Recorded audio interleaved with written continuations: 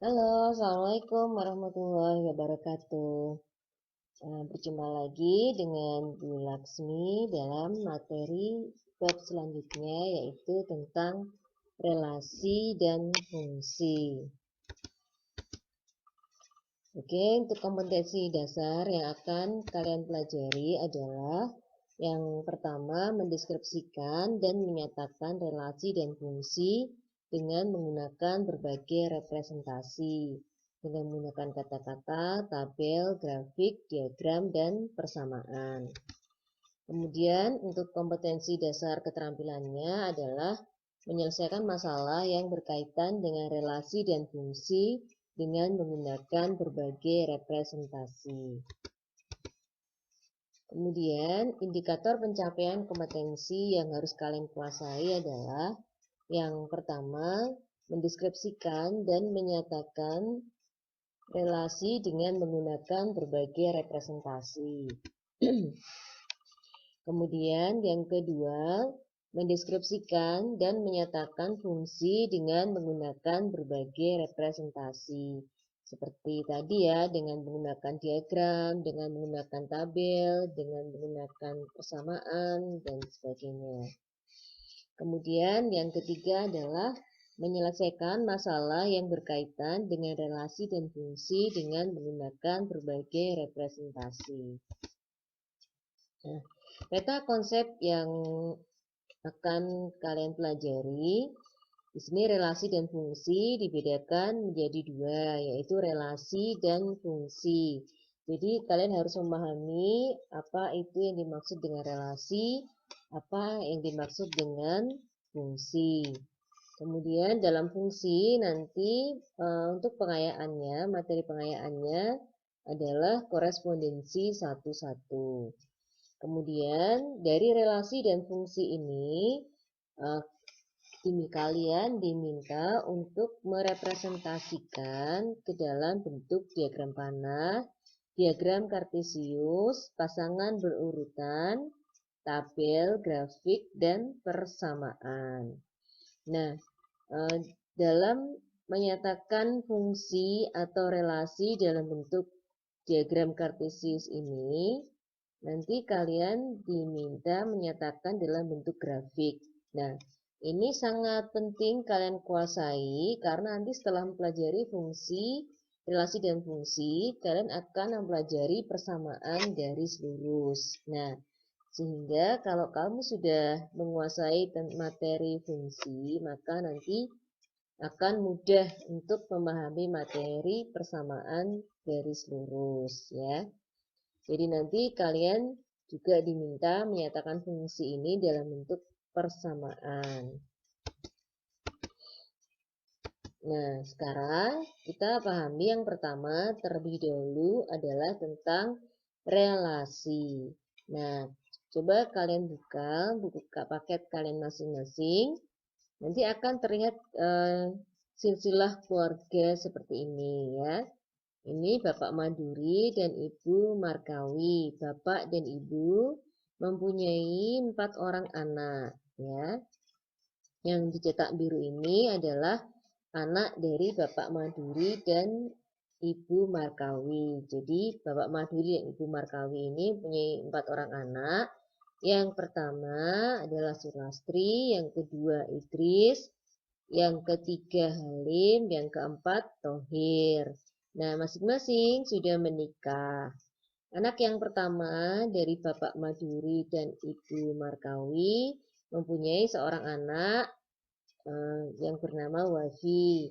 Kemudian anak yang kedua mempunyai 3 orang anak yang masing-masing namanya Faisal, Alu, dan Rizki. Kemudian anak yang ketiga mempunyai 2 orang anak yaitu Alvin dan Najwa. Kemudian anak yang terakhir mempunyai seorang anak yang bernama Suci. Nah, ini adalah silsilah keluarga Bapak Maduri dan Markawi. Nah, dalam silsilah keluarga ini itu menunjukkan relasi atau hubungan. Nah, hubungannya contohnya bagaimana? Nah, mari kita pelajari lebih lanjut. Nah, berdasarkan silsilah keluarga tadi, jika A itu menyatakan himpunan anak-anak dari Pak Maduri dan Bu Marhawi, maka kalian bisa mendaftar anggota himpunan A. Kalian tentu masih ingat kan bagaimana cara mendaftar anggota dari suatu himpunan. Di kelas 7 kan sudah mempelajari himpunan. Nah, kita daftar anggotanya. Tadi adalah siapa? Sulastri, Idris, Halim, dan Tohir. Jadi menyatakannya adalah A sama dengan, kemudian karena himpunan ini kan dinyatakan dengan kurung Kurawa. Anggotanya ada 4.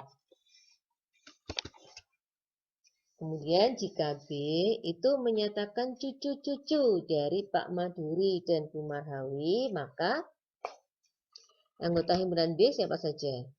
Nah, iya, betul. Wafi, Faisal, Alu, Rizky, Alvin, Najwa, dan Suci. Nah, itu salah satu contohnya. Kalian bisa mencari relasi lain. Jadi, misalkan kalau himpunan A, ini anak dari. Nah, relasinya adalah anak dari. Maka A itu anggotanya Sulastri, Idris, Halim, dan Tohir. Nah, kalau B itu cucu dari. Berarti anggotanya Wafi, Faisal, lalu Rizky, Alvin, Najwa, dan Suci. Nah, kalian bisa mencari relasi yang lain. Misalkan paman dari Wafi. Nah, yang anggotanya siapa? Nah, sekarang tugas kamu di rumah nanti adalah gambarlah silsilah dalam keluargamu, mulai dari kakek dan nenek. Kemudian, temukan bentuk-bentuk hubungan yang mungkin dari silsilah keluarga tersebut. Misalkan, anak dari. A menyatakan anak dari. Kemudian B menyatakan cucu dari. Kemudian C misalkan paman dari, atau kamu bisa mencari hubungan yang lain ya. Nah, setelah kamu gambar dalam kertas ya, kemudian kamu foto dan diunggah tugas kalian di Google Classroom kelas masing-masing. Sudah jelas belum anak-anak tugas kalian masing-masing? Tugas kalian tadi sudah jelas belum? Ibu ulangi sekali lagi ya. Jadi tugas kamu adalah membuat silsilah keluarga dalam keluargamu sendiri seperti ini. Dimulai dari kakek dan nenek kamu, ya. Namanya siapa? Kemudian kakek nenek kamu ini mempunyai anak berapa orang? Kalau misalkan mempunyai anak 8, jadi tulis 1 sampai dengan 8. Nah, kemudian kakek dan nenekmu itu misalkan anak pertama namanya B. Nah, B sudah menikah dengan A. Nah, masing-masing mempunyai anak berapa? Ditulis semua ya. Nah, kemudian kalian nyatakan himpunannya. Misalkan A menyatakan anak dari kakek nenek siapa.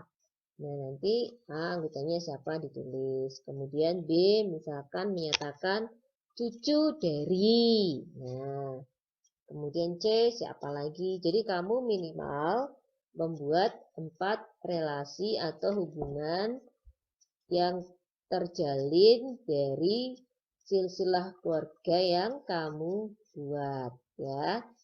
Kemudian difoto dan diunggah di Google Classroom masing-masing.